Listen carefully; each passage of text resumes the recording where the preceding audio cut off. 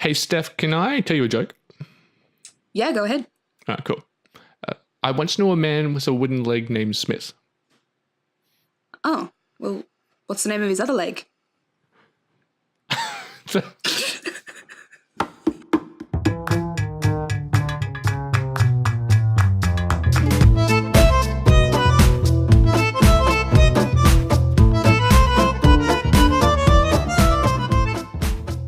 So, Steph, why don't you tell the boys and girls who are listening what we're going to be talking about this week? Because it's quite close to your Yeah. heart. Oh my gosh, it's so close to my heart. So this week, Adrian and I, we were delving into the silver screen of Mary Poppins Returns. So in order to fully get the experience, Adrian had to go and watch the first film and then the sequel. See, because I'm one of those kids who grew up and Mary Poppins was a part of my childhood. Julie Andrews is a big part of my developmental years. And so when this one came out, I was so stoked. And I begged Adrian, begged and begged and begged and begged. She did. For us to watch it and then review it because I'd love his opinion because he's never really seen musicals before. No.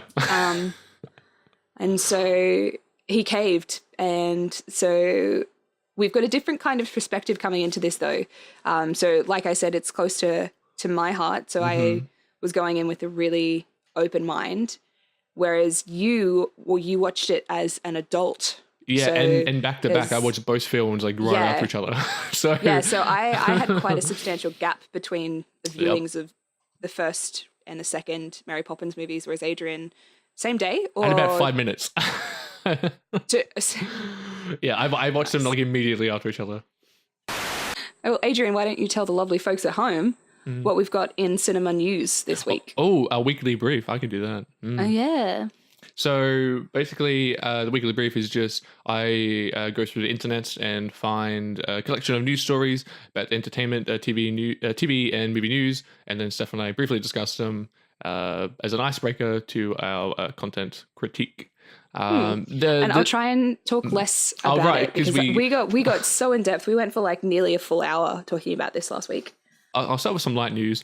So I have in my notes, the Princess of Genovia is back. If that rings a bell to anyone. Yeah, Carly was excited too. Yeah, so I didn't know. So Anne Hathaway was recently on an Andy Cohen talk show. I don't like Andy Cohen, but anyway. So and she confirmed that there actually is a script for The Princess Diaries 3. And that her and Julie Andrews are actually really on board, and they're both trying to push the producers from the first two films to greenlight this. So that's so keen. My partner and her sisters grew up on these films. I've actually seen both of them with them.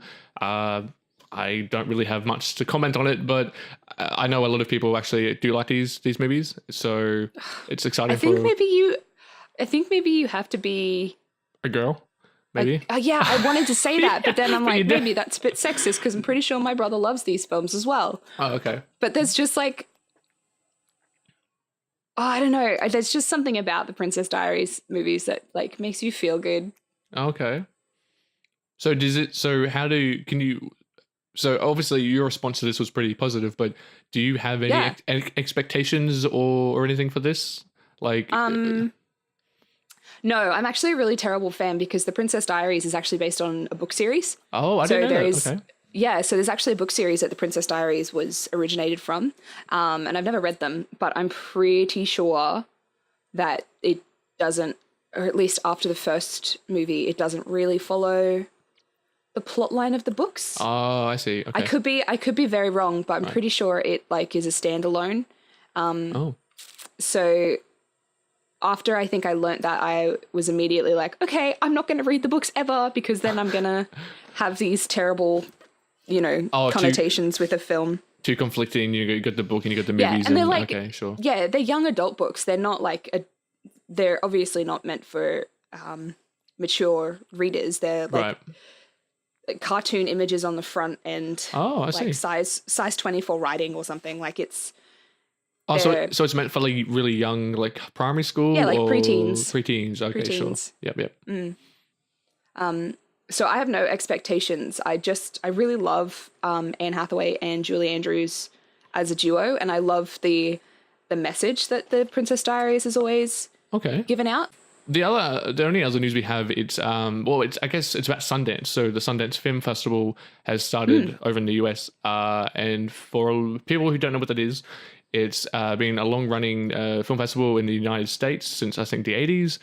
It's basically a collection of a lot of American feature film and independent international filmmakers who are celebrated through their works, and it also works with the Sundance Institute, which helps fund foreign aid and helps disenfranchised youth and stuff get into kind of being creative and things like that.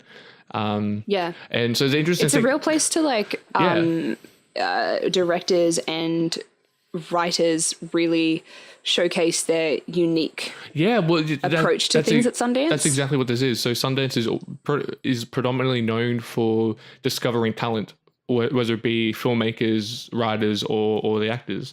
And so a lot of big names and big projects have come from being aired at Sundance. And the big thing, well, the interesting thing about this one is this festival has about 112 films, feature-length films running for it, representing 33 different countries, and including 35 first-time filmmakers who are debuting their works. That's super exciting for them. Yeah, it's really. So and most of those first-time filmmakers actually international crews. So like directors and writers and whatnot. But the weird thing I found out about this festival when I was reading the article was that the reason why it's called Sundance is because it's weirdly named after Robert Redford's character in the Butch Cassidy and the Sundance Kid.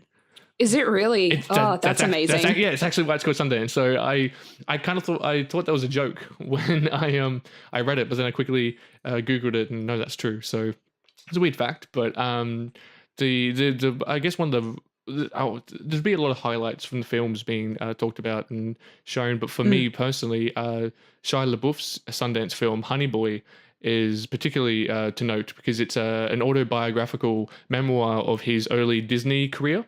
Even Stevens and Holes, it's basically about how he struggled with onset like alcoholism and stuff with his abusive father, and it's kind of how he really struggled to keep his teenage life by being thrust into the spotlight, and it's gaining a lot of people's attention. So I've always been a fan of Shia LaBeouf, even when he kind of went crazy. But apparently this movie, me too. Yeah. But no, apparently this movie is actually doing really well for him. So that's definitely something I am going to check out when I can, and I think it's pretty cool. Nice. The only other, so like I said, there wasn't a lot of important news. I mean, you have the Oscar nominations that were mentioned a couple of days ago, and people are a bit upset about, particularly Black Panther being nominated for Best Picture, and the consensus is the internet really doesn't think it's deserving of a Best Picture nomination. You know what? I don't even really fully understand what the Academy rates Best Pictures on, because socially, I think Black Panther was a really fantastic film, and it did a lot for, building up the courage and voices of people of color. Yeah, exactly. Yeah. As I don't know, as a film masterpiece, I definitely don't think it was one of those. I don't think that, but the Academy is totally personal preference, and what did they actually rank? See that the thing is like, you're right, it was culturally significant in a big way because of what it, like you said, what it did for representing colored people and women, and it's a superhero movie. But the thing is, so many amazing women in that film. There's a difference between culturally important and like something being heralded as like one of the greatest films of the past year. And so people really don't like the fact that Black Panther's kind of been pushed to win the award just because of its cultural significance, and not the fact that, like you said, it's not the best film of the year. There's definitely a lot of films that were better, and for me personally, I found it to be average at best. Regardless of its, it was a superhero film. Superhero film, and people are pushing, like say The Dark Knight, which came out over a decade ago now, that that was snubbed for Best Picture. When people think if a superhero movie was ever going to win this award, you'd give it to that particular movie, as everyone heralds that as like the greatest superhero movie of all time. And so I think Yeah, it's... but then that gets pulled into a race conflict. Well, yeah, exactly. And so people are upset because they think that the Academy is using Black Panther to kind of like push an agenda. And when the movie, it's not to say it's undeserving, I can see that. but yeah. So it's kind of it's controversial, I suppose. It's TV pilot season in the US. Oh, I love pilot season. Yeah, exactly. So a lot of the broadcast networks like ABC, CBS, Fox, and NBC are gonna start debuting and I guess deciding over the projects they're gonna turn into full-fledged series. There hasn't actually been anything really announced, but in the link to the description of this episode, I'll put the link to the article from the Warp, and they will continually update the shows that get greenlit and announced. So hopefully some actual good stuff gets shown, because like you said, TV pilot season was great. I always like to find new shows to watch. So hopefully, it's a bit like hit and miss though, because they churn out so many things during pilot season. Yeah, that you're like, some good stuff does make it to the screen, but I feel like there's a lot of stuff that doesn't make it because it doesn't fit the traditional network molds. Yeah, no, you're right. So they immediately dismiss it, and you're like, oh my God, if you'd actually showed this to like a mainstream audience, like you would have ended up with this really niche following. Like, I just get really frustrated that not everybody gets to, doesn't get to be shown the light of day and have the audience reaction to things, because through TV history, like the audience has been an integral part of how a story develops, as much as the writers hold as much to their own as they can. Yep. Like Veronica Mars was cancelled like twice, I think. Oh yeah, and the fans just like went apeshit, and they ended up bringing it back. And now she's got a movie, and now I actually think they're doing a miniseries as well. So over the course of like 15 whatever years, Veronica Mars's fans have like pushed and pushed and pushed and pushed and kept this thing alive. Like from a marketing point of view, it would be so much more profitable to show a group of people like this one time only. Yeah. Pilot episode to gauge audience reactions, and then to decide from there what is more entertaining. Because a lot of people, I like a friend of mine and I, when we start a new series, we always say got to give it at least 3 episodes, because the first episode can also always be really shite. And so if you go to pilot season and you have these people who are actually taken away on the very first episode of something, you're never going to have people be like, no, you've got to give it at least 3 episodes because the first one sucks. Like you'll actually from the get-go, people be like, no, man, that first episode was like on point. So the rest of the season must be pretty good too. Well, I differ with that, because I'm of the mind of like the whole point of like pilots is that if the very first episode of a series does not get your attention and hold on to it, to further invest, then like it's not really worth it. So like I don't particularly have the mindset of give it 3. I'm like, if it doesn't knock it out of the park for you as a pilot, because it gets picked up based purely on the merits of that particular episode. But then obviously there was some other stuff that was happening, because some pilot episodes are actually so horrible, and you're like, how? Yeah. How did you make it through? That is fair. I guess that's our weekly brief. Like I said, there wasn't a lot of news, but again, like I'm really excited for more stuff to be shown at Sundance, and obviously to find out what's going to happen with the pilot season. Yeah. So now we'll just slide into our well, it's not really a review, but I guess more of a discussion about Mary Poppins as a franchise now. So yeah, here it is. Here's Mary Poppins and Mary Poppins Returns.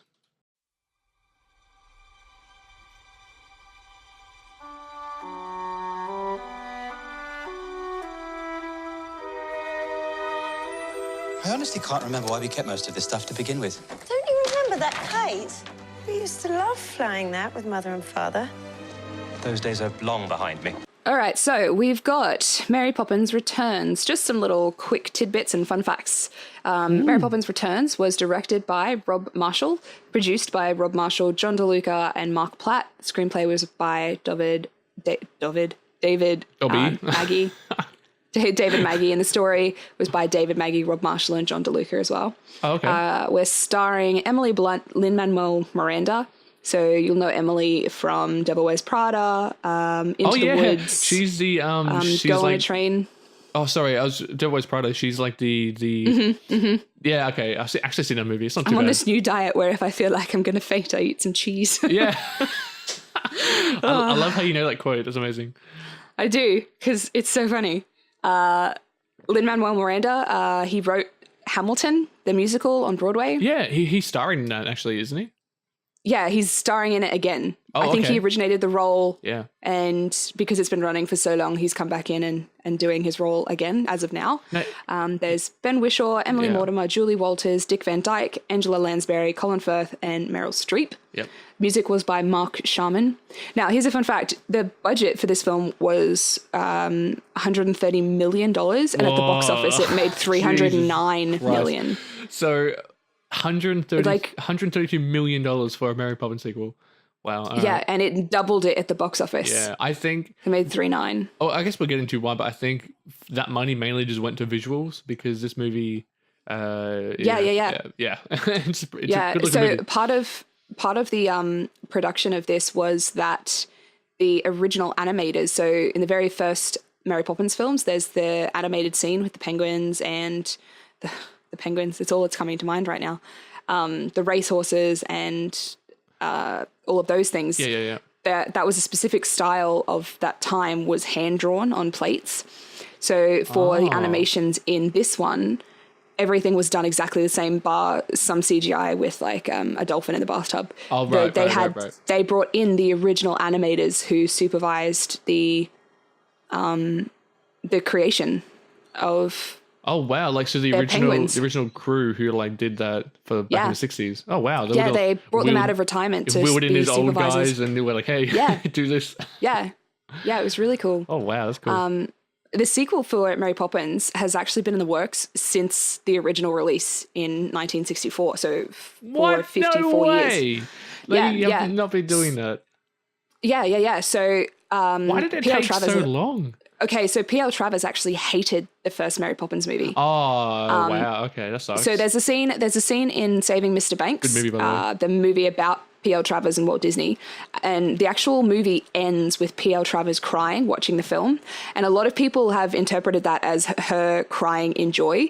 But in actuality, she hated the film. Why? So, because it wasn't her brainchild. It wasn't brought to life. I think Walt Disney took, as much as we love it as an audience, I think Walt Disney took a lot of liberties, and it just wasn't the person that she created. Right, because if I remember the Saving Mr. Banks movie, a lot of that is, I think Emma Thomas, is it Emma Thomason or what's her name? Emma Thompson. Emma Thompson. She plays P.L. Travers. And what I remember is that there's a lot of like times where like she almost wants to pull like completely from the project because they just want to completely change, and she's like, no, like can we just and in a sense they did. So that was part of the reason that they couldn't make it for so long, is that Walt Disney attempted a sequel a year later, but P.L. Travers told him essentially he could stick it. Oh wow. Yeah.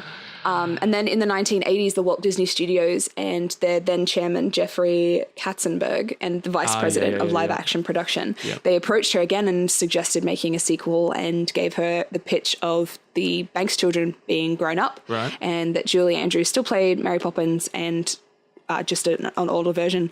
But P.L. Travers again was like, that fucking is a stupid thing. She hated everything except Julie Andrews. She actually loved Julie Andrews as Mary Poppins, but hated the rest of it. So she scrapped it. Do you have like anything of note, like particularly like what she hated so much about the actual? No, essentially she just said that that's all shit except Julie Andrews coming back. So then she counter pitched and was like, well, what if we did just, a few years later? Yep.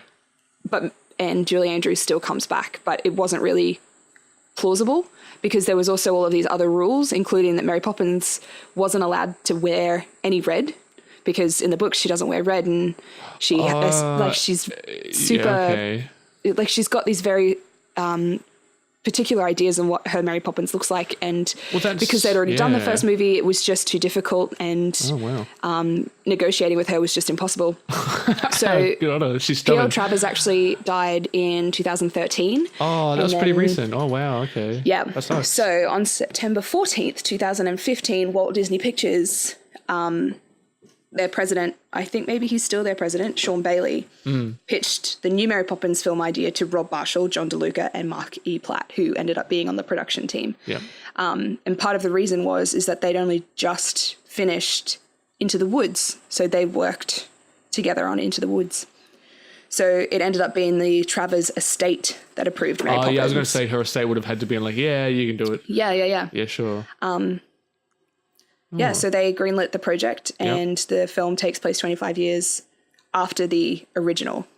Those are them production notes on that. I actually really, it's not like a production note so much as a behind the scenes fun fact. The bathtub scene in Mary Poppins Returns. Yeah. Okay, I know what you're talking about. The characters sing Can You Imagine That? Yep, and they disappear into a bathtub. And the very last shot of them disappearing into the bathtub is Mary Poppins. She slides in. Yeah, it was actually rigged so that it fell through the floor. Yeah, I was going to say, because it looked like there was no water in the tub, that it was just foam or soap, and then there was bottomless, and then they just slid down through the... so she went backwards down a slide to give that effect, and it just... It's a really cool shot. Yeah, no, straight away, I was like, damn, and okay. I love how ladylike she remained. Like her legs stayed together, her feet were still pointed, and I was like, oh, I would have been flailing. I would have been a mess. So, but yeah, that was really cool. And Julie Andrews actually didn't reprise any role in the Mary Poppins Returns. I was surprised that she wasn't evolved like in any sense. Like I expected like some kind of cameo. She was asked. She turned it down. She turned it down. Oh man. Yeah, she didn't want the Mary Poppins Returns to be anything but Emily Blunt's show. And she knew that if she was in it, then it would become hers. Regardless of the role that she played. People would talk more about hers than Emily Blunt. Okay. Yeah. Oh, well, that's really respectful. That's wow. Okay. Yeah. Good on her. I totally appreciate that. And there's the moment because from all reports, she was meant to play the balloon woman at the end that Angela Lansbury actually played. That's what I totally thought. I'm like, why wasn't this Julie Andrews? Why get the lady from Ben Knobs and Broomsticks? Like, why is Angela Lansbury there? Yeah, so it was supposed to be Julie Andrews, but I thought it would have been nicer if she had played Topsy, because then you would have been like, oh hey, this cousin looks exactly like the original Mary Poppins. I thought that would have been nifty. Well, there was a shot near the end of the movie that I think that they could have had her in it. It's before I think Mary Poppins leaves and she looks into the balloon and then she says something and then she sees her reflection. She sees a reflection and straight away Carly grabbed my hand. She was like, oh, here it comes. And then it was nothing. And I'm like, you could have easily just got young Julie Andrews and like superimpose her face on that. It would have been awesome. Yeah.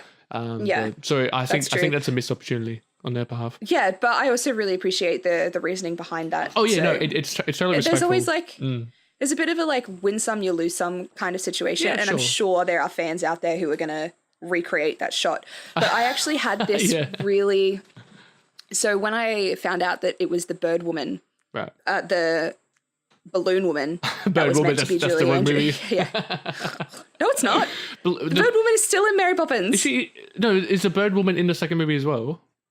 Well, okay, so there's an homage to her in the very first opening shot. They drive past the bank and the Bird Woman is sleeping outside. Right, okay. I thought so. I thought that's what it was. Yep. Yeah, no, sorry. So the very last balloon, the actual visual for that, if it had been Julie Andrews, would have broken my heart, I think. Because in a bad way? No, in a good way. Okay, good. Because it would have been this visual representation of the old Mary Poppins giving the torch to the new Mary Poppins. That's and exactly actually being what they should have done. No, and I think that's exactly what they were going to do, but because she didn't want to, that makes sense. But I can see it in my head playing out where the balloon woman actually says, there's only one balloon left, Mary Poppins. Yeah. Must be yours. Exactly, right? And she hands it to her and Mary Poppins picks it up and goes, suppose it must be. And that would have just, like, I would have wept, I think, if I'd seen that and it had been Julie Andrews and she had given the balloon to Mary Poppins with this sincerity of being like, guess it's yours now.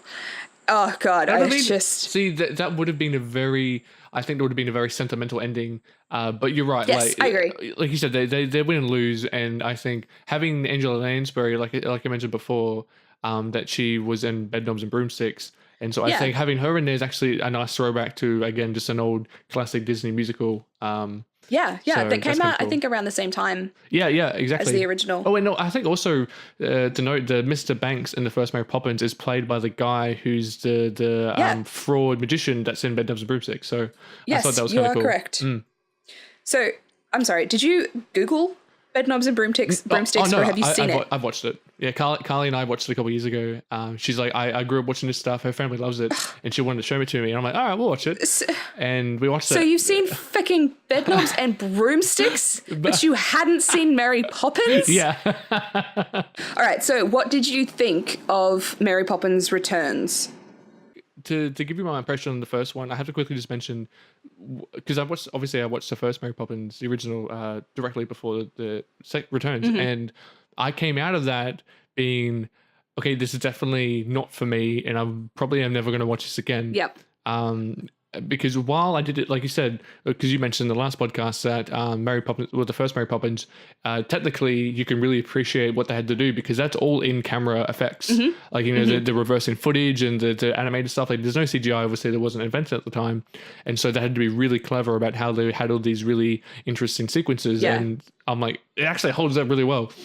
So I do appreciate the filmmaking aspect, but as a whole, as a movie, I know there were just some parts I don't know. I didn't particularly click to it. And like I said, or what I said to Carly was, because I've never seen this before, I was worried that it's not something I would like now as a grown adult. Yeah. Having never been exposed to it. And so when I watched the second one, I was like, okay, maybe it's clearly a bit more modern, and it seemed to be that they were being a bit more, gentle with letting, obviously, maybe people who haven't seen Mary Poppins before, they were like, hey, this is kind of, you'll get the gist, and then it'll make you want to go back and watch the first one. But I felt that this movie suffered from not really knowing what it wanted to do and who its audience was for. Right.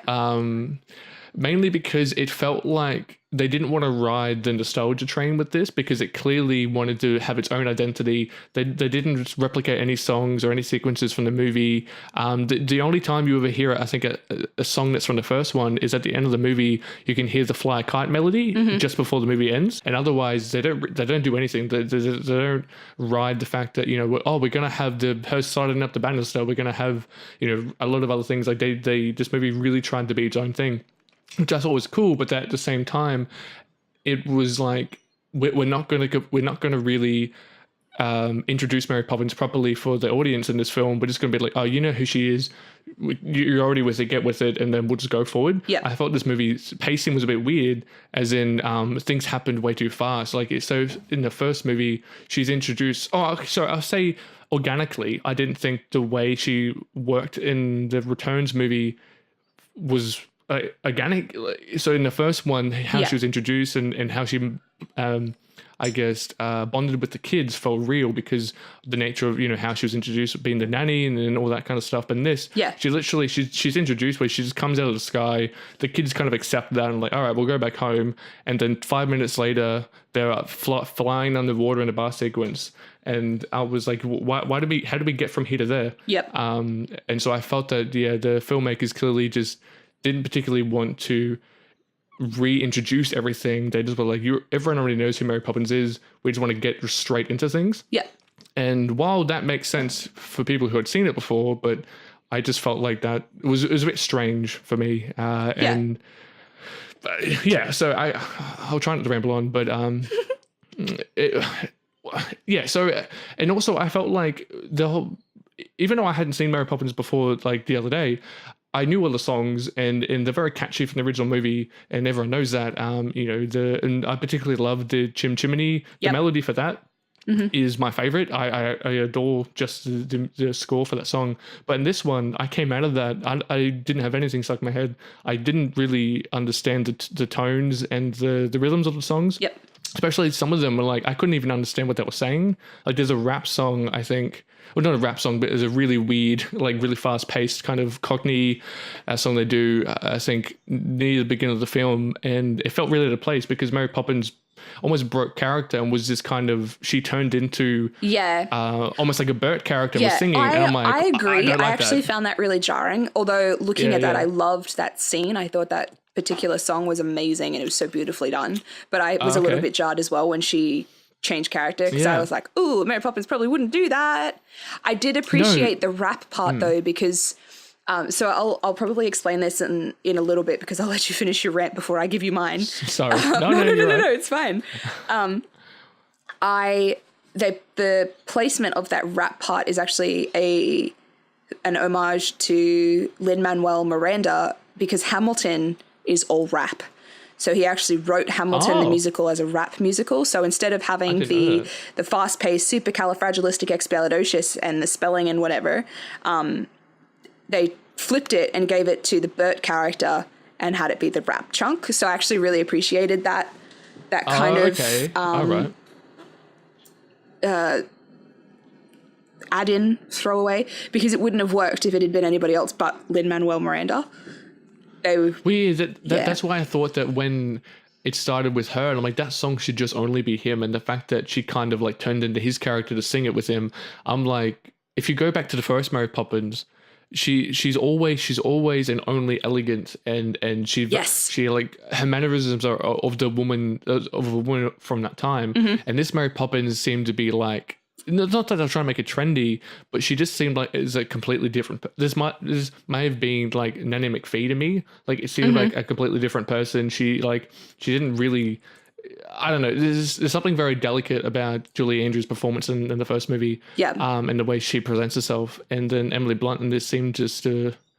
I don't know. It just completely seemed like a different character, and that's why I was just, especially because I watched them back to back, like you said, probably shouldn't have done that, but I did. Yeah. And so it was, which is interesting though, jarring. because it's very jarring to go from 1 to 2. Yeah. Having watching it as an adult, and then also for the first time as an adult, because it's just they're so different. And I actually don't think if Mary Poppins Returns had been out years ago. Yeah. I don't think my nieces and nephews would ever have watched Mary Poppins, the first one, because I don't think they would have appreciated the style. Oh, sure. Okay. I actually think they probably would have been like, oh, no, this is like dirty filming. I don't want to watch this. I'd much rather watch the new one. So I actually really like that my, most of them at least, my nieces and nephews have been able to experience the original and the love for the original Mary Poppins, and now have it might not be as great, but that love and excitement for the new one, because I think I think the very first one was a big deal because it was such a loved book series. Yeah. Okay. So the first movie was this excitement to see something that they'd read for years, and now for us, for the next generation, it's something that we've loved as a kid, that we've seen, that we now get to re-experience, which is this really nice. It's just a good feeling for me. Well, the first one's really long. Like, it's over 2 hours, and obviously Mary Returns is shorter, but... Hour and 30 minutes. So, okay, right. And I really just felt that... I came out of watching Returns, and I had the mind of, like, for some reason, it made me like the first one more, not just as a technical aspect, but, like, it made me realize, the first one is what's better, I guess, in some restraints. But to that end, Returns it's a very pretty movie. And I really love what they do with the sense of color. And it's very purposeful. It's gorgeous. Like I love there's a particular scene, I think, where is it Jack or Bert? No, it's not Bert. Bert's the character of the first one, but Lin-Manuel's character is Jack. When it's Jack when he's leading Mary Poppins and the kids through London, and then they have that sequence where I guess it's like a homage to Bert's Chimney song in the first one, and it's like I love the shot of when they first appear in the park and all the guys are like on the street poles. It's all silhouetted. Yes. And I'm like, that's beautiful. It's that a was direct a really good homage one. to the scene in the first movie. And just that entire set was just, I loved the use of the lights there. It was awesome. And especially it's a weird little thing to mention, but when they go into the bowl, when they go into the bowl, the outfits, they're meant to look like they're drawn on. Yeah, I loved And those. I really appreciated that, because in the first one, obviously they didn't do that. I don't know if that would be the case in the book, but I love. Well, I don't think they would have been as clear. Right. Yeah. True. Because it was chalk drawing, so it really didn't matter. Exactly. Yeah, and I just really love that that they did that. I'm like, that's such a niche, like a really really cool just thing for me. And that also, that animation for that that entire scene or scenes The old was dudes. really really cool. Yeah. Yeah, it was beautiful. Carly was like, this is actually really sweet. And so the weird thing though that I appreciated with this movie over the first one, it's going to be me just doing this the whole time, being like, this is better, this is worse. But so in the Mary Poppins the original, when they enter the painting, the kids pretty much immediately run off by themselves, and then it's Bert and Mary that go on their own adventure, and then you just stay with them, and they're having a good time, introduce penguins. And I thought, like, it's weird, they've known this woman for like maybe an hour, she drops them into like this fantastical painting world, then they bugger off, and it's just her and Bert, and I'm like, that's really weird. Okay. And then, but in this one, in Returns, she's with them the entire time, except when they go on their own chase to get back their brother. But I thought that made more sense, that she brought them in, and then she kind of journeyed them through to when they went to the musical. Yeah. The performance. I think for that particular scene, because so much of the stuff that you're saying, I love about the remake in comparison to the original or the sequel. Sorry, it's not a remake. No, but this particular scene is a good one in that it shows you just how different Jane and Michael as children are to where Annabelle and John are. Yeah, okay. So I like that. Annabelle and John, the twins in remake, Returns. Oh gosh. In Returns are very adult. They grew up much too quickly, and they took on a responsibility that was never really asked of them, but they just they decided was a responsibility they had to fulfill. Whereas Jane and Michael in the first one were really rambunctious and really didn't think anything through. So the idea they're really naive. Yeah. The idea that they've run away from Mary Poppins and went off on their own adventure actually makes total sense to me, because I'm like, they've fucked off several nannies within the space of like a month. That's true. Of course they would still try and be like, we don't need this person. We don't need to be with her. We're our own people. Actually, I didn't think of it that way. I thought of it more as like it was just a writer's error. But you're right, because Return starts with introducing, is it Annabelle's a girl? Yes. And like she's taking control of the situation with like, I think the kitchen's flooding or something. Yeah. And you're right, from the get go, you see these kids are very productive and active in helping the household. Yeah. But you're right, in the first one, it's a really nice. Both sets of children from the original and Returns are two opposite ends of where they ideally should be.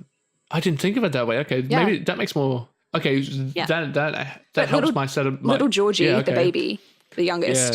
He's realistically exactly where a child should be. He still listens to his elders, but he still has imagination. So I don't feel like Georgie as a character had really any development. It was everybody else being like, we got to get on Georgie's level. And that's kind of how I felt with the first Mary Poppins, where Michael and Jane, they don't develop at all. It's Mr. Banks that does.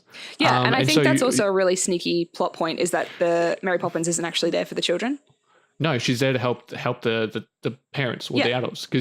And I think you're right. That's why Georgie, I think he seemed more to me of old fashioned Michael, like kid Michael, and especially you're right, the way he is. So no, I think you're fixed. But I also think the original Jane and Michael, I think they did have a little bit of growth, because they might not have like lost their imagination and their rambunctiousness, but they developed an understanding that their father is actually doing a lot, and what he is doing is really grown up, and they don't fully understand it, and they do need to cut him some slack sometimes, and finding that middle ground of being like, oh, my dad has a job that's outside of parenting me, and the dad being like, oh, I still need to be a parent outside of my job. Yeah, okay, you're right. Because because the one thing I appreciated also with the returns is that Mary set out like kind of incidentally, but she helped both Jane and Michael. So she kind of somehow helped Jane end up with Manuel's Jack. character, Yeah. Jack. So and then obviously she had to help Michael come to terms with his issues. Yeah, dude, did you miss that key line in the very beginning? What key line? Mary Poppins arrives and they're like, "What are you doing here?" And she says, "I'm here to help the Banks children." And the one Annabelle goes, "Who, us?" And she's like, "Oh yeah, you too, I guess." Oh no, I totally missed that. Yeah. From the get-go, she's okay. actually like, it's a really funny. So the very first movie is this kind of underlying, actually, I'm here to help a dad, but you don't know this until the very end. Whereas in this one, Yeah. right at the get-go, she's like, I'm not here for the children. I'm just really babysitting while I help the adults figure this shit out. Ah, okay. Well, that's really cool because actually, there's one thing I really needed clarification on is, so both in the first and second, what was Bert's relation with Mary Poppins? Because I thought when I watched it that he was a child that she had visited at some point in his life and that they've been friends ever since. I think But that's the idea of it, yeah. Yeah, but at the same time, he kind of had this weird, not sexual, but like some kind of attraction to her. He was kind of flirtatious with Julie Andrews. I wonder if it's more that he was maybe a teenager when they met. Yeah. Like similarly, I feel like now having seen Returns, I wonder if he's in a similar situation to Jack. Yep. And being like, oh, I was around these people who had Mary Poppins and I remember her. Whereas if he was a teenager and more in his developmental years, he definitely would have formed this like idolization of her. Yeah, because he 100% like does. Like he's almost head over heels with Mary Poppins Aren't we all? in the first one. Jeez. Well, Julie Andrews is a very, very pretty woman, especially in the first movie. But with this, I also was confused about Jack's relation because unless Mary Poppins returned to Bert at some point, how would Jack know about her? So the idea is that Jack was actually part of the first movie. So he was the apprentice of Bert's character during the first chunk of time. Oh, okay. And that's where he was introduced to Mary Poppins. Oh, okay, right, yeah. Because they never, I think it's obviously something they left out from the books, but both that and Bert is very ambiguous as to how they knew each other. And I like the fact that you don't know that because the interesting thing about how these movies differ is the first one starts with Bert's actually kind of breaking the fourth wall and he's narrating that he's going to tell a story. And I thought, because I've never seen Mary Poppins, I thought the story takes place because you see he's introduced, he's like the first character I think you've seen. He's doing his one-man show and telling stories. And I thought Mary Poppins is just him telling people a story because he's and I was like, this is actually really kind of cool. I think the premise is that the story that you're hearing is a story that he tells over and over again. That's what I thought. But it's also a story that happened. I feel like a lot of the concept of his one-man band is that there are actually things that he's lived through and he just retells them. He's just a really good storyteller. I think that the messages they tried to have the kids learn and for the audience to understand in the Returns, I think that they tried to make them a bit too complicated. Where in the first one, I liked the subtlety and like say okay, I'll obviously give you an example. So in the first one, right, when Mary Poppins' first example and evidence of her magical abilities is she's taking things out of her bag, she's showing them the lamp, and they kind of in awe and wonder, and then she helps them a simple thing of just tidying the nursery. It's not an overly flashy sequence, but it's quite cute, and you're getting to understand that she's quite a magical being. But in the first one, you don't really have that. All you have is like her cane talks for a bit, and then I think Georgie seems a bit kind of surprised by that, and then you immediately take it into the bar sequence. And I'm like, there's no subtlety or grace in that. It's just gone. She's introduced 5 minutes later, big bang flash animated underwater sequence where the first one was a bit slower. And I just think that was better written and portrayed. Yeah. Okay. I appreciate what you mean by that. I think in the first one, that's a lot of look at all the cool things that we can do with our props design and what have you. So there's that part of it as well, is that there actually wasn't the time to do stuff like that. So a lot of the stuff that they did had to be in the animation, because otherwise that would have blown their budget out. I don't think they would have had the budget for that particular style in Returns. One of the reasons that I actually really appreciated Mary Poppins Returns is actually because of how much it didn't try to be its own entity.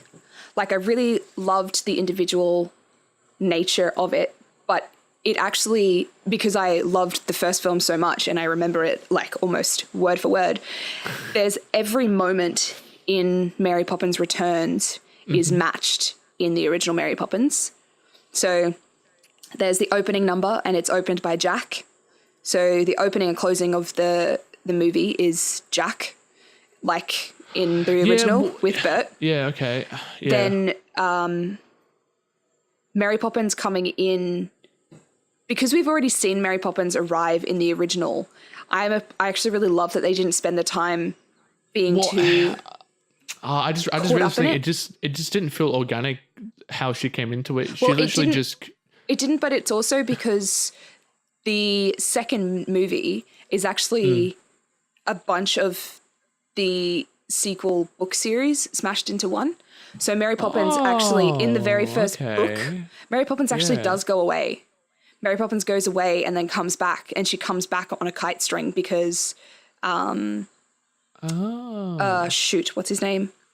Michael gets a caught and she comes in. So they've actually brought a whole of the original elements into into the Returns that didn't make it into the original movie, but also came later in the books, because Annabelle, there's a set of... Jane and Michael aren't actually the only children, the only Banks children. So there's Michael and Jane. There's the twins, Barbara and John, and then there's baby Annabelle. So in Returns, in order to keep that time gap, they made the twins. The twins are actually a part of the original books, and so is the younger sibling. Although Annabelle is the younger sibling, not one of the twins. But I think because of the name and just how outdated it had become, they moved Annabelle up to be the Barbara character as the twin, and they made Georgie a boy, which is... like, obviously an homage to George Banks, the original Mr. Banks. Okay, so I was completely not misled, but I took the movie as I thought this was an original screenplay just done to revamp Mary Poppins. No. There are like several books in the series, and there you go. So only a chunk of the first one made it into the first movie. Right. So I 100%, because like I said, they had all these different songs and they never once redid any sequences from the first film, which is actually. There is actually a thread of all of the original songs under nearly every of the songs in Returns. It's just like a sneaky one. Yeah, so there's actually quite a few parts in Returns that are throwbacks to the original book series. Because part of, I think, the issue with the P.L. Travers first movie is that there was so much that had to get left out. So I really like the way that they've managed to bring in all of the original characters from the books that people loved in a new way that makes it still digestible for an audience.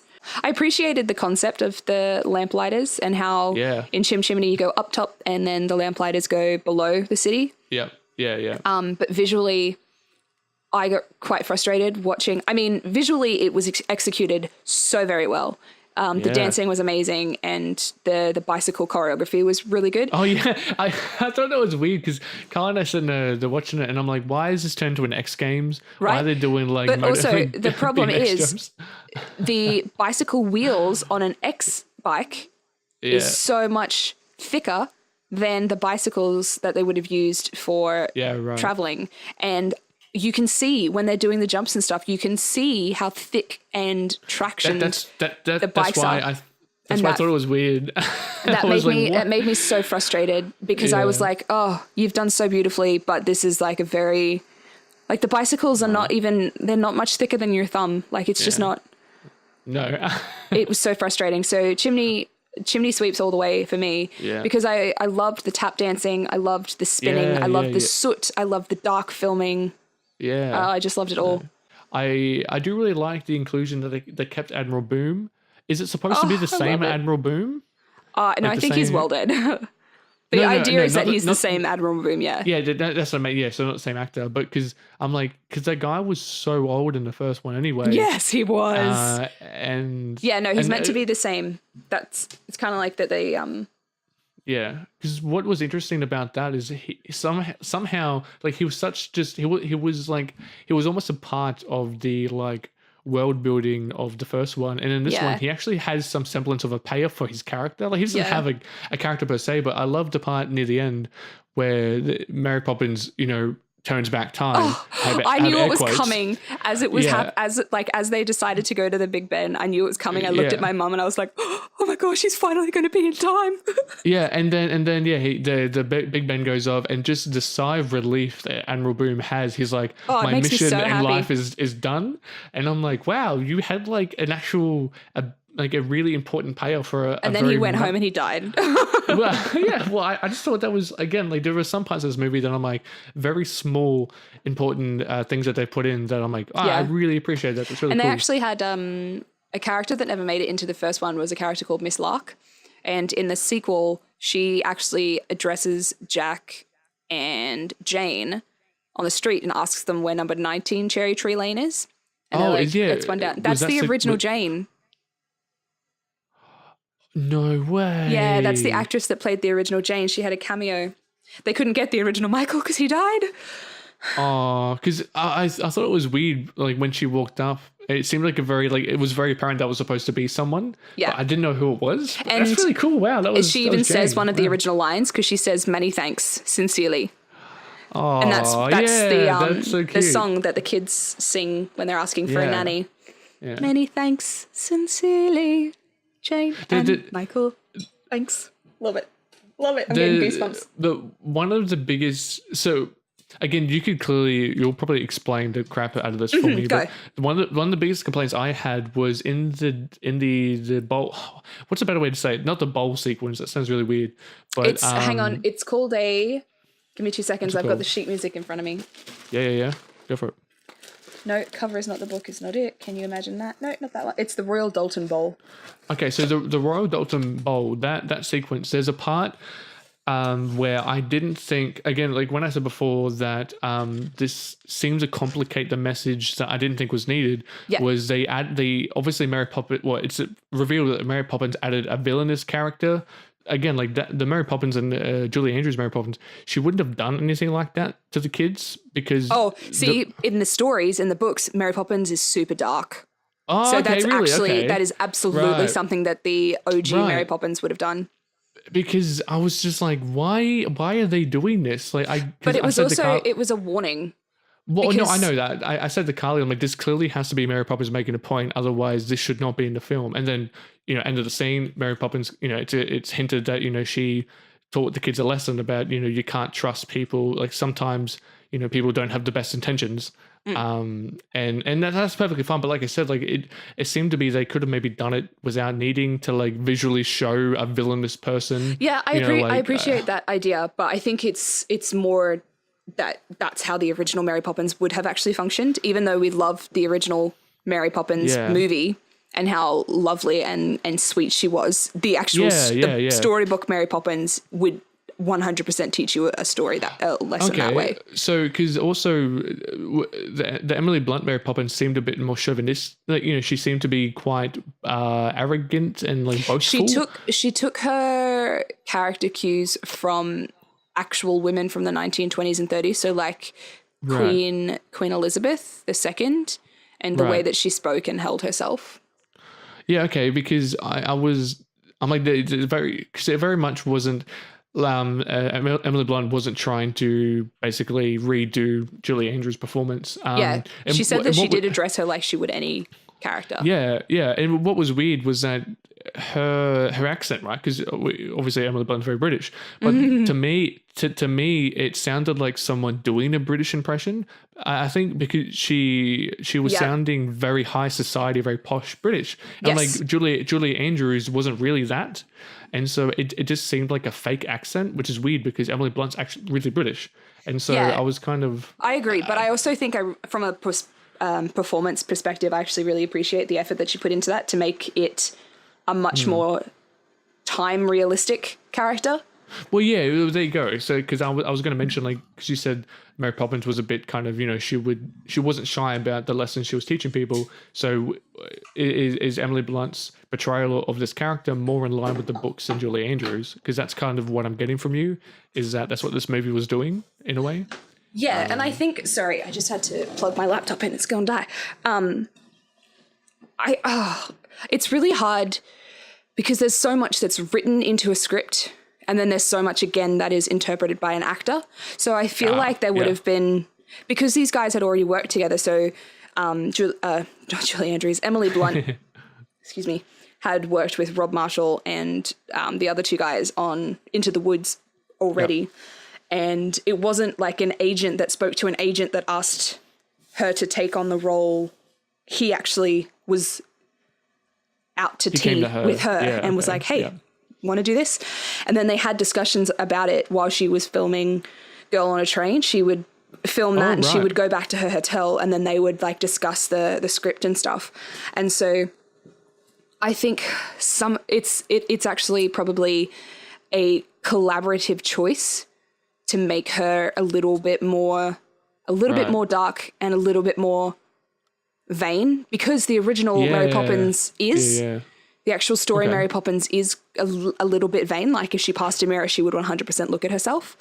Well, because Julie Andrews, she had some level of arrogance, but it wasn't like overbearing. Where Emily Blunt was like, "Wow, can you cut it down?" I agree, but I also think, I wonder how much of that is the accent, like the interpretation of that accent on our brains. Okay, maybe you're right. Yeah, okay. Because I think if I were to watch the original Mary Poppins with the accent from Returns, I think I would get the same idea that she was a bit... Yeah, because there's a reference. So in the first movie, when there's a point where Mary Poppins is measuring the kids, right? And it comes up with like, their personalities. Practically perfect in every way. Yeah, right. And I think that's a really subtle and clever, like it's a very... again, showing she's a bit arrogant, but it's not over the top. But in Returns, she literally looks at herself in the mirror and she says it to herself. And to me, I was like, again, like you don't need to do that. Like the first movie did it way more subtly, and I think that was smarter. So again, I liked that idea, but then also for me, I didn't see it as her being vain. I was like, oh my God, she's saying practically perfect. Okay, so you were more caught up in that. Oh my God, is that line? Yes. But no, for me, it was like, again, like I don't have that massive wave of nostalgia for this movie. I would, because I just saw them both for the first time, and I'm like, I was just objectively, I was seeing it. Well, not objectively, but I didn't have any attachment, so I was seeing this more as narratively and constructively. I want to talk about the first song in Returns is obviously Lin. Is it Lin-Manuel? Underneath the lovely London sky. Yeah, Lin-Manuel Miranda. Yeah, Jack. Right, and so that's the point I made earlier. I actually want to. I don't know if you addressed. I can't remember, but those songs for you in the new one. Were those as catchy and as memorable? No. Like, say the first time you watched it coming out of it, and like, why do you think there was like a couple that I loved. So I loved the Royal Dalton Music Hall. Holy shit, do I fucking love that song? Right. I love. Can you imagine that? I don't love it. I do appreciate that one. The cover is not the book, and Place Where the Lost Things Go I really loved. Yeah, but I didn't love Triple Little Light Fantastic, and I didn't really love Underneath the Lovely London Sky. I liked the chorus line, but I didn't really love the song itself. When talking about the songs, like the beginning when it's just Dick Van Dyke and he's doing the chimney thing, it's like it's not very long, and I think it's very kind of sweet. But in this one, the Lin-Manuel song, the Underneath the London Sky, it goes on for quite some time. Yeah, and I think part of that is that they had a point to track you through London. Yeah, exactly. Whereas the original movie didn't do that. And I think because with the Chimney, like that song, when Bert sings in the movie in the first one, he sings it quite happily, but the song has like a weird, it's quite melancholy. It's so dark. The melody for it, and so for me that tone, or sorry, that melody is still in my head now. Like I was just singing it earlier today. Like it's stuck with me so well. Yeah. Where in Mary Poppins Return, no song in that movie I can recall at all. See, I think for me like, because I also sing, so there are a couple of songs where I was like, okay, sure. oh, that voice, that's insane. I didn't really love Turning Turtle, the one with, we haven't even talked about Meryl Streep, and that's mortifying. I hated that scene. I wasn't a fan, no. Jesus Christ. Okay, can I put my 2 cents just quickly about that? Absolutely. So Cousin Topsy, who's a very Russian, clearly a Russian gypsy, it looks like, and she's like a knick-knack kind of repairer.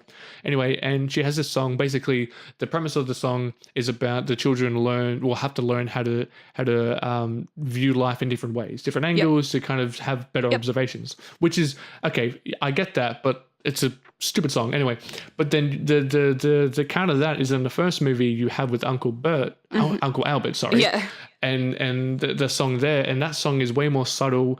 I think it's a bit gentler in a sense, but like it's not this weird cutted I don't know. I just really did not like the entire scene, and I felt again like part of what I said about it being complicating the lessons these children had to learn. Like it was only. I also think that there's this level of like the children who are watching this now and the adults who are watching this now are in a different generation.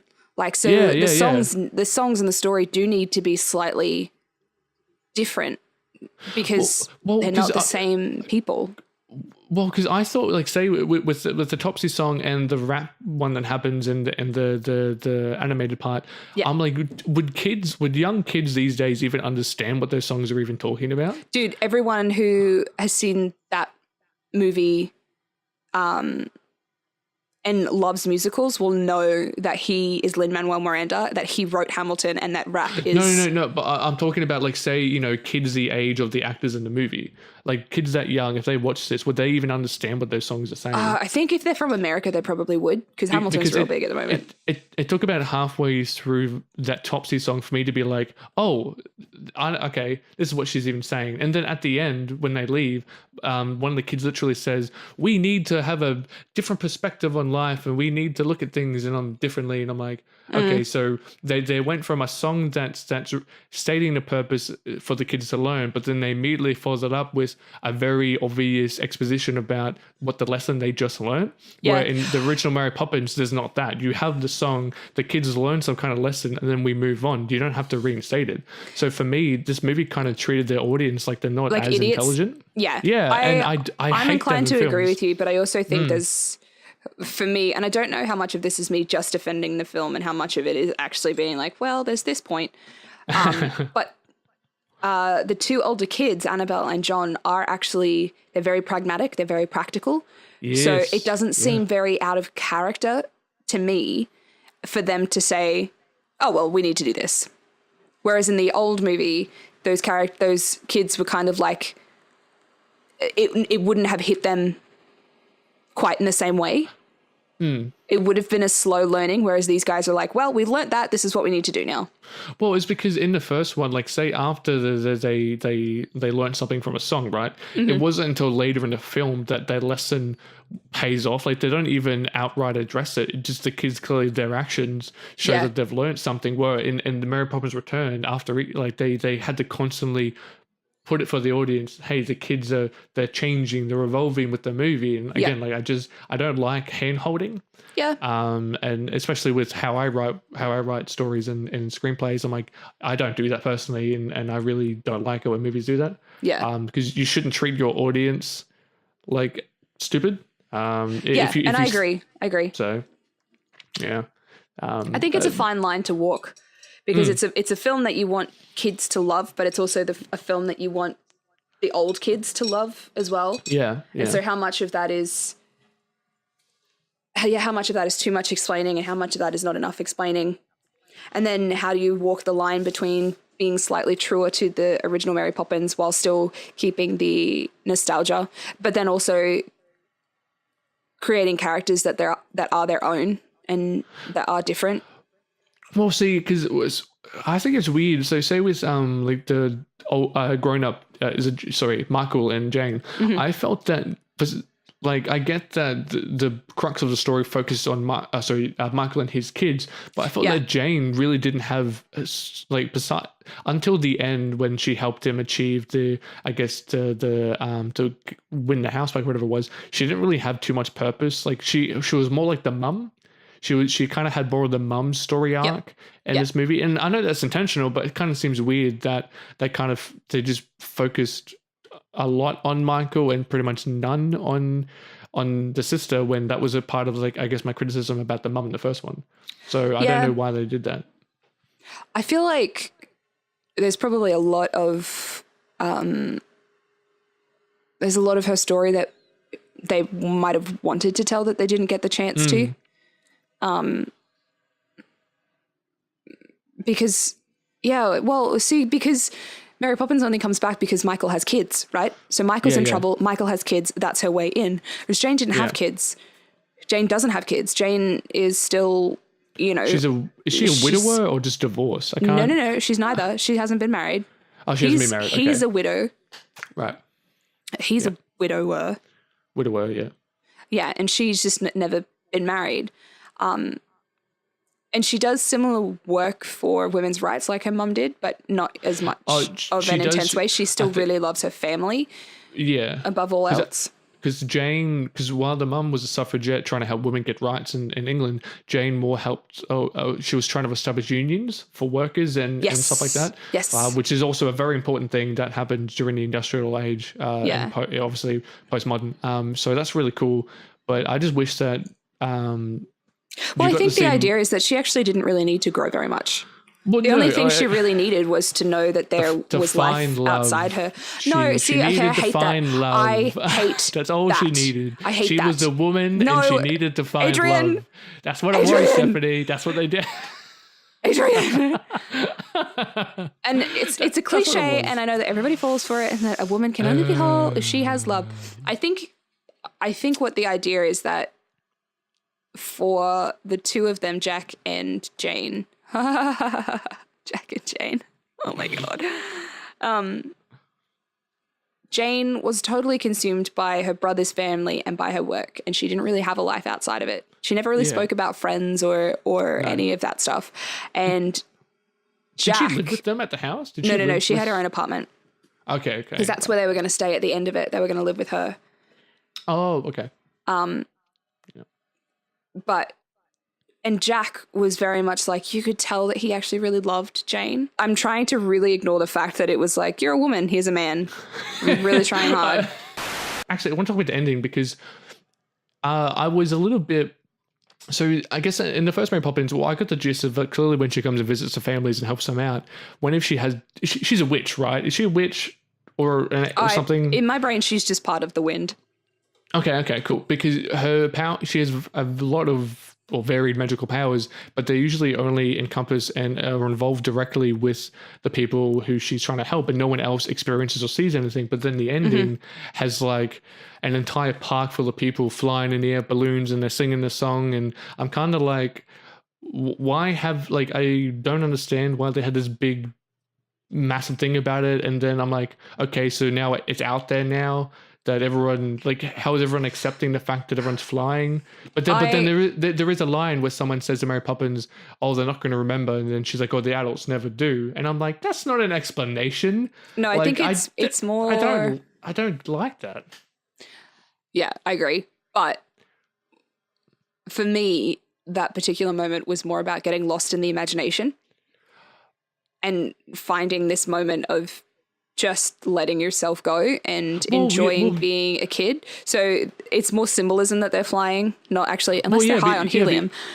Because I put it to Carly, I said, this reminds me of the end of Grease and Blades of Glory. No, I got it more as this moment of just, losing yourself in imagination in a world where you don't really let yourself do that when you're an adult. I think you're right, because when Colin Firth's character comes to the park and he has the balloon, he obviously grabs one and then nothing happens for him. And I think it's because he clearly doesn't have that, like you said, that imagination. And so you're right. It's supposed to be just symbolic. But when it first happened, I took it for what it was, not, the subtext. Yeah. And I thought it was just very strange because it seemed a bit more out there than anything we'd seen before. Yeah. But it was it was pretty, and then I did like how, like you said, they ended with Jack's song about London sky, and for him, I liked the fact that he was singing that song while he was flying around, London, and I was like, oh, okay, that's kind of nice. And like we mentioned before, Angela Lansbury's in this, and it was so nice to see her. And I was like, I'm not even upset that's not Julie Andrews, because like I said, she's in Bedknobs and Broomsticks, and I think she sung in the Beauty and the Beast, the original movie, and Angela Lansbury, yeah, she did. Yeah, she's Miss Potts or something, right? So, and I was like, this is really cool, and I did like how it ended, and the weird thing, because Mary Poppins keeps iterating. Sorry, I'm trying not to run off here, but in the first movie, it's all about she comes when the wind changes and leaves when it changes. But in this one, she kept referencing when the door opens, and I got from the get-go, I'm like, oh, okay, they're gonna get kicked out, and then when they come back to the house, the doors are gonna fly open, and then she's like, that's my cue. But why was it the door and not the wind change again? Like, why change it? So in the original books, it's actually something different every time. So, oh, cool. Okay. Well, she doesn't actually come when the wind changes. Right. So the line in the original is that she'll only stay until the wind changes. So it's a key moment in time that is referenced, because the wind changes. It's actually got nothing to do with the weather. The wind change is the Banks family, their direction of growth. No, I know that, but like I don't know why. Like, why couldn't they just? Yeah, like, because his Michael's wind doesn't change. He's always going the same path, but his heart is opened. That's the door. Okay, right. Because that's fine. You did get that line, didn't you, when he said that's a door I didn't think would ever be open again? Oh yeah, no, 100%. Like, okay. Yeah, so it's always a key moment. It's actually that there is a moment in their life that she already knows is coming, and that's as long as she'll stay. Right. Because, so in each of the books, it's got a different moment. Oh, okay. Well, then that's perfectly fine. Again, like, these are just things that I was like, oh, is that a problem, or is that to me? But then you're like, no, this makes sense, because I just thought I liked the whole wind change. Like, I get metaphorically what it was, but I just thought it was weird when she kept saying, I didn't like the phrase until the door opens. When the door opens, I'm like, wow, that's not as nearly as nice as when the wind changes or something. Agreed. Overall, do you think you would ever watch either of them again? No. So overall, I definitely wouldn't watch Returns again. But the first, no. You can just say no, Adrian. You're allowed. I'm trying to think about. Well, I'm trying to think about it, because, like I said, after watching Returns, it made me not maybe like the first movie more, but I really appreciated the things they did thematically and in that term. So.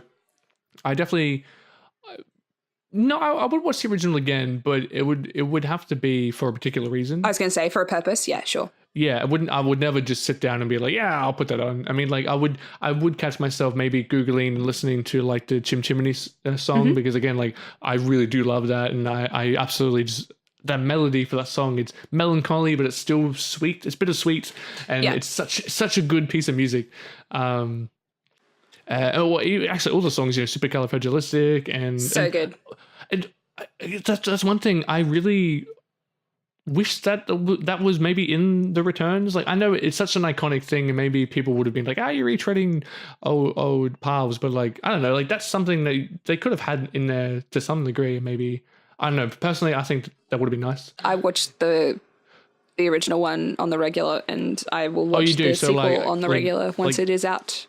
Like annually, or like, how would you? Oh, it really depends. I was doing Mary Poppins the musical for a short time, and I think I'd watched it a couple times in that run, and that was only like 6 months of my life. So sometimes I go like maybe once a year. I'll get nostalgic for it. I really like watching it with people, so I think I would watch it with maybe some people that I did Mary Poppins with, or with my niece and nephews. And so you would definitely recommend Returns for non-musical fans and both alike, or how would you? I think it really depends. There's never really an easy answer for that, because you're not a musical person, and I wouldn't have recommended it to you. I just desperately wanted to discuss it. But there are some other non-musical people who I think would enjoy it. Yep. And even some musical people who wouldn't enjoy it. Like, Well, do you think? I hope everybody can see it, so at some point I can have a discussion about it with everybody. Okay. Well, do you think like the technical side of it, the filmmaking aspect, do you think like that in itself would be a referral for someone to watch it? Because it is quite a visual spectacle. Like I think Yeah, it is really good. It is really good pretty. visually. I was just thinking about that it's there are some really beautiful shots and colors and Yep. and concepts. A lot of it was done on soundstage. Oh, you which can is tell, really but cool. like it looks really good. It's like it's kind of it fits. The fact that it's on a soundstage fits so perfectly with yeah. the way that it's filmed that it doesn't take away from anything, I don't think. No, not at all. So I think from that perspective, I definitely would be like, no, go and watch it because it's like visually fantastic. And It's a weird question, I guess, like because I want to know for myself what would happen. But do you think like you can not turn someone to like musicals, but like do you think there's a particular musical or two that could sway people to like be turned on to that genre of like films? off the top of my head, is there a movie that I could recommend for people to be turned? Yeah. Like, is there a musical do No. you think that's out there? No. Okay, sure. Well, I think there's just so many different styles of music. Yeah. Everybody's got different tastes. I can't give you a yes or no answer on these, Adrian. Everybody's got different You're tastes so in music. indecisive. I'm not indecisive. I just know that everybody's got different tastes in music, and there are different styles of musicals. Like 9, Into the Woods, and Mary Poppins. Okay, 3 well- musicals, all done by Rob Marshall. Very different styles of music. Do you? Okay, well, I'll ask it in a different way. So with the original Mary Poppins, do you think Mm-hmm. that's what I would consider an approachable music, like an entry level kind of one that that if Yes, you were to because start there's- someone off with Yes. yeah, you would Yes. go there. Okay, would that Yeah, be because your, they're still would- talking. There are would that some be your- musicals. Would that be your don't have first talk. choice, Mary Poppins, to introduce them into musicals? Would that be Oh gosh, that's a good question. yeah? Either that or Sound of Music, but I think maybe Sound of Music is actually too harsh. So maybe Mary Poppins. I think my Okay. initial response would be like, watch The Sound of Music. And then I'd think about it and I'd be like, don't watch that. Watch Mary Poppins instead. I've seen part of Sound of Music, and that movie feels like it goes on for about 10 years. It does. It goes on forever. But there's so also long. there's Oh, also God. some pretty heavy material in it, like because it's the beginning of the Nazi rule, and Oh, yeah, at the yeah, very yeah. end he gets inscripted. The dad gets inscripted, and they actually have to end up running from the law. So there's actually a point about 20 minutes before the end where my grandmother always used to just stop. She'd be Oh, like, man. "No, they're married now. It's fine," and stop the movie because it was just like an unnecessary end.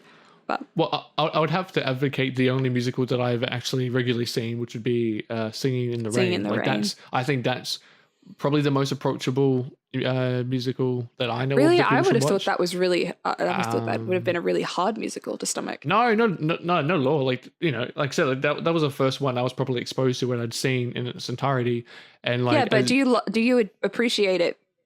Did you appreciate it because it was a musical or because of its cinematic integrity? I appreciate. Okay, so I'm more of I'll watch anything. Like I'll like anything if it's a good film, written well, okay. shot well structured. So and Singing in the Rain is just in itself, it's a good movie. Okay, all right and, then. But the added musical numbers and dance sequences in themselves are spectacular. Like Okay. I love Making Them Laugh, which is a very very iconic Yes, song in that is a good film. one.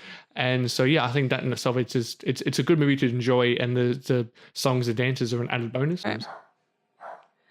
Oh, hang on, I gotta. Sorry, I gotta. You're gonna quickly- go deal with them. Yeah, you can hear them, can't you? Sorry. Yes, I can. We'll be back in a second. God damn it! So much Sundance stuff happening. So much Sundance.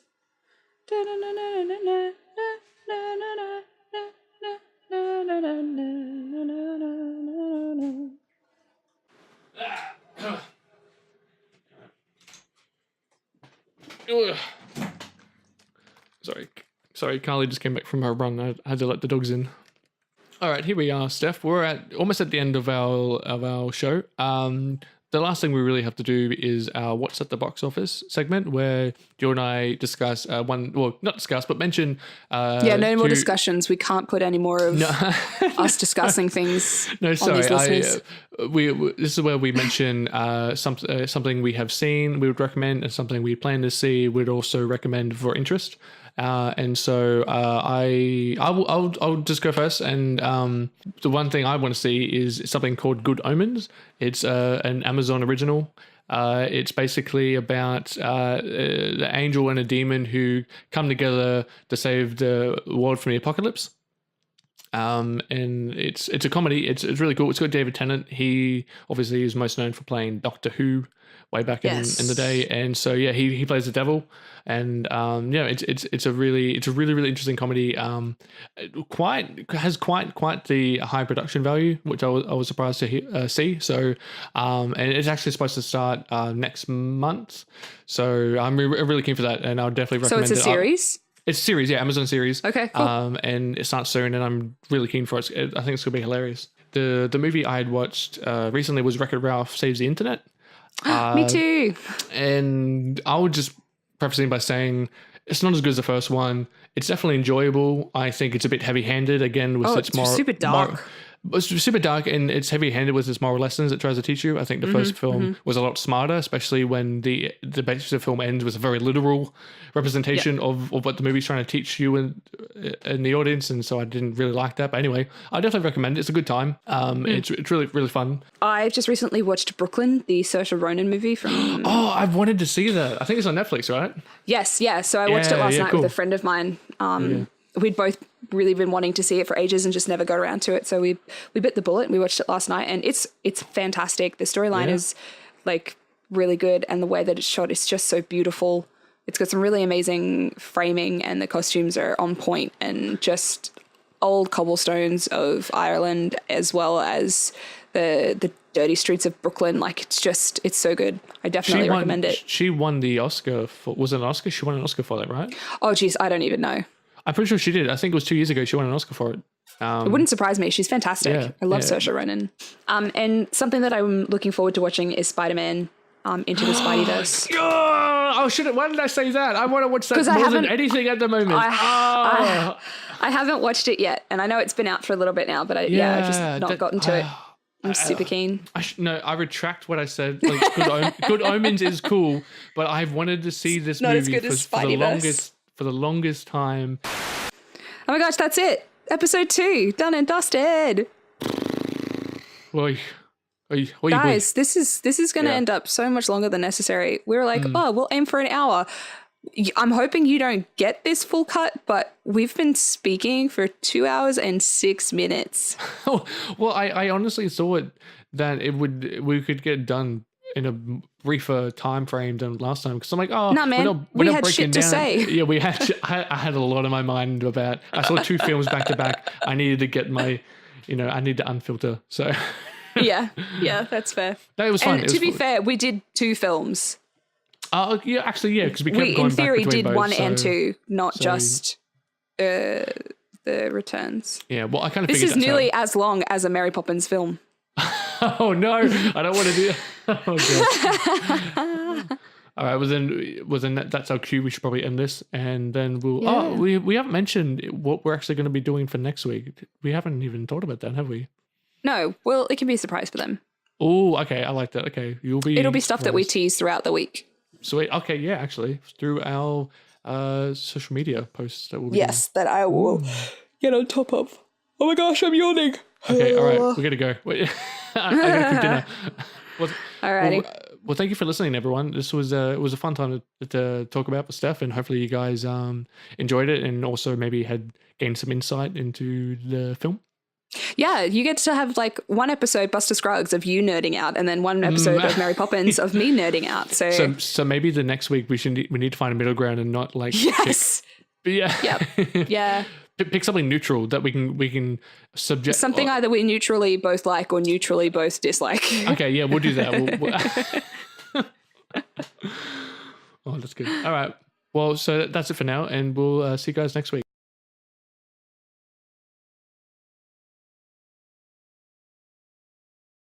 Bye, guys. Bye-bye.